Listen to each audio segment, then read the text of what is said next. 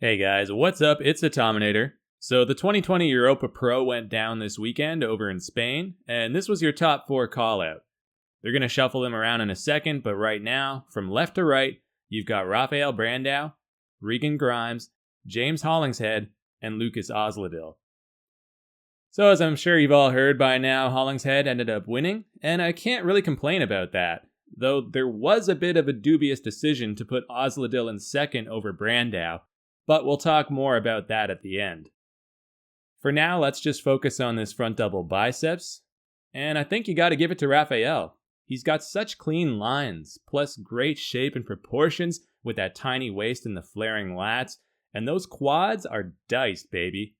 He's got that 90s level separation going on through the thighs. It's a beautiful sight. I thought this was pretty much extinct because most of the guys you see today look kind of faded through the quads, especially up there by the hip, no matter how well conditioned they are. I'd say Regan is the next best, structurally speaking, since he's got a similar type of X-frame.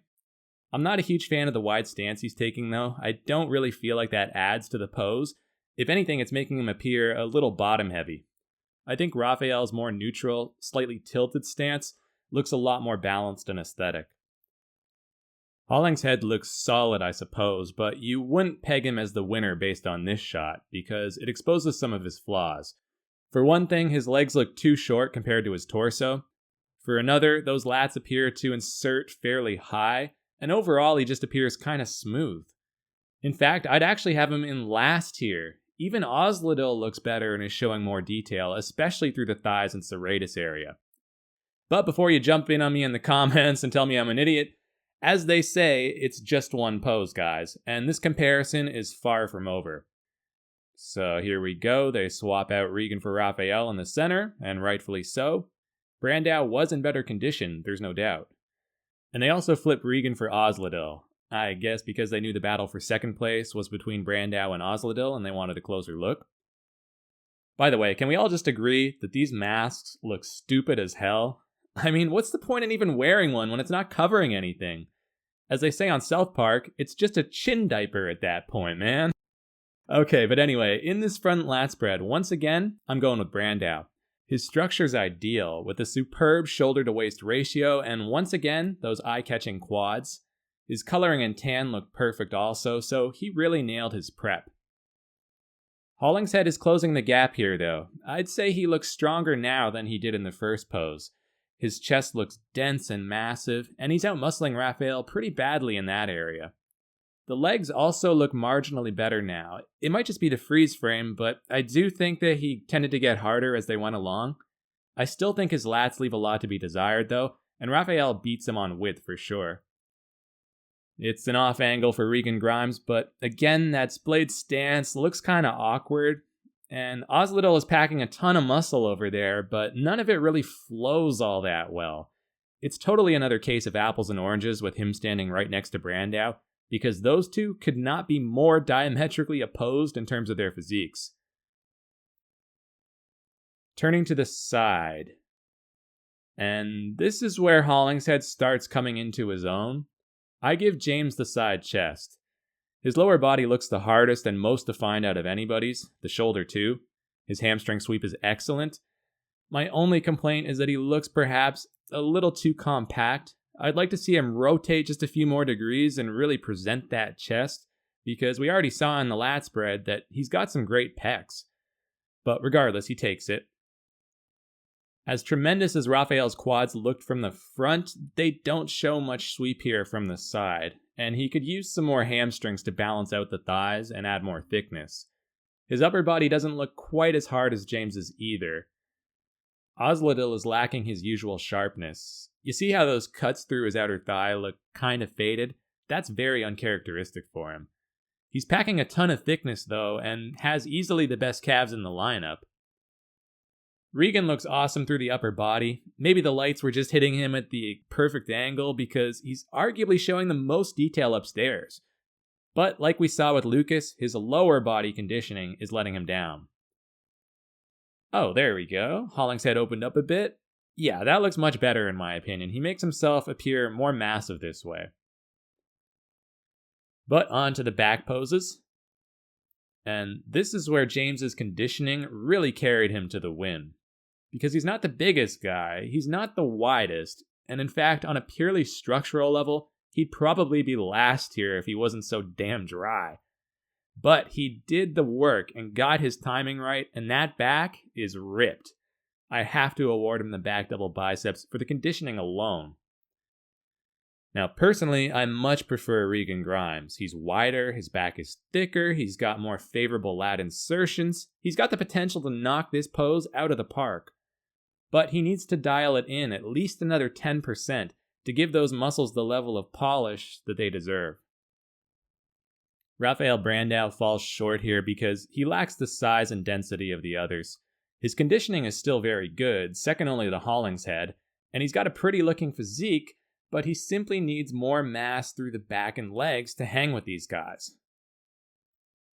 Lukas looks like a jumble of oddly thrown together muscles. He's got impressive mass, that's for sure, but the lines and proportions are kinda wonky.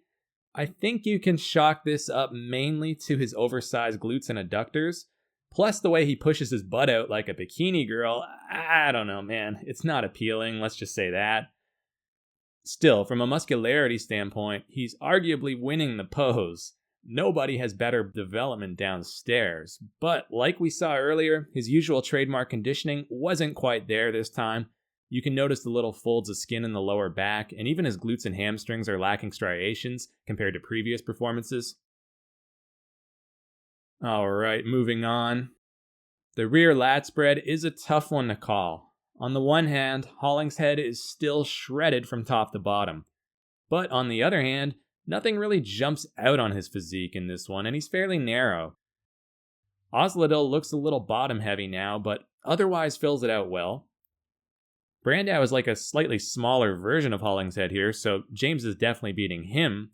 But again, if I'm being honest, I prefer Regan. I think the camera angle may be slightly skewed because they all look to be standing around the same distance from the line, and there's no way he's dwarfing Osladil that badly. But Regan's back is easily the best in the picture. His lats and traps look incredibly meaty, especially through that lower half. So while he's not as dry as those two in the middle, it doesn't matter. His hamstrings are showing more cuts too, and yeah, that back, man, is just on another level. After Grimes, it's a toss-up, but I'd probably have to go with Hollingshead once again for the conditioning factor. Okay, and for some reason they skipped the side triceps altogether, which is kind of weird. I think this was a confirmation round, and maybe they'd already gotten enough looks at the side tri. I don't know, but whatever, on to the ab and thigh. This one's super close between Brandao and Hollingshead, but I give a slight edge to Raphael because he's got the tighter midsection and the crisper quads. James obviously has him beat in terms of mass though, so it could go either way. Grimes is no slouch either. He looks great in this shot, but again, the legs kind of overpower the upper body.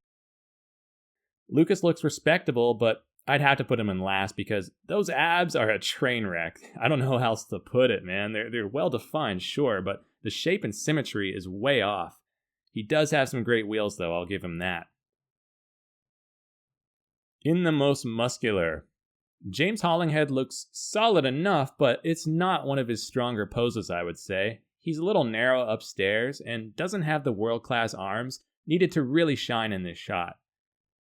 Regan looks wide as a house in the crab. I'm having flashbacks of Marcus Rule, just minus the peaky biceps and about 30% smaller, but you get what I'm saying. His chest is incredibly broad. I think that's what it is.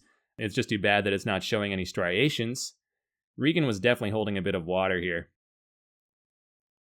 Brandao's crab looks really good also, but I'd like to see him close his hands even more like how Osladil just did. It didn't look like he fully got into it.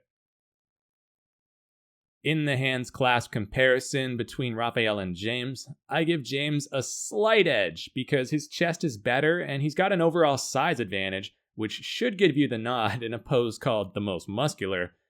But you can't go wrong with Brandao either. They both look good. I actually like Hollingshead more in the hands on hip, not sure why he didn't break it out earlier. His delts really come alive here and it makes him look wider. Plus, quite frankly, this pose is better suited to guys with weaker arms. to excel in the hands class, you really gotta have some world-class tries and delts. That's why Kevin Levrone and Phil Heath look so good in it. Anyway, guys, that's a wrap. So tallying it all up, I basically had Hollingshead in first or second, or at least vying for second, in every pose except the front double. So it's not surprising at all that he won the show. What is surprising is that Lukas Osladil, who stood on the outside the entire time, managed to overtake Rafael Brandao and land in runner-up. I checked out the scorecards and Lukas had 7 points in the prejudging and in the finals, whereas Brandao had 8. So he basically edged him out by a single point in each round. Personally, I don't agree with that, but I can see why the judges would lean that way because, after all, they don't give a rat's ass about aesthetics and value raw muscularity a lot more, which Lukas definitely had. Brandao looked terrific in all the front poses, but he suffered from the side a bit and especially the rear because he lacks thickness and density. It's as simple as that. The guy still needs probably another, 8 to 10 pounds to really do damage in some of those poses, not to mention some more muscle maturity would go a long way, and that'll just come with time. If it were up to me, I would also have put Regan solidly in the top 3. I thought he really excelled in the back poses and didn't really have a weak shot. His conditioning and posing left some room for improvement, but I would have had Osladil in 4th and bumped Raphael and Regan up. Alright guys, that's all for this one. Thank you for watching. Did you think James Hollingshead deserved it? Do you feel like Brandao or Grimes got sort of screwed? Whatever it is, let me know your thoughts in the comments below, and don't forget to like and subscribe for more. Until the next time, it's the Tominator signing off, and I'll be back.